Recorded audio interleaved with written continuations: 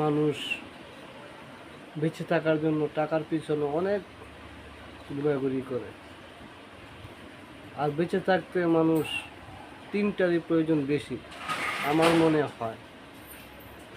এক, আমার অনেক টাকা হোক বা আমার অনেক নাম দাম হোক।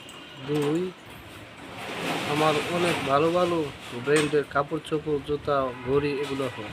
তিন, আমার বাড়িটা বড় হোক, বিল্ডিংটা সবচেয়ে বড় উঁচু হোক, মানুষ দেখুক। আর মরার পরে এই তিনটে জিনিসই বদলে যায়। এক, মরার সাথে সাথে হয়ে যায় লাশ বা মৃত ব্যক্তি, মরহুম।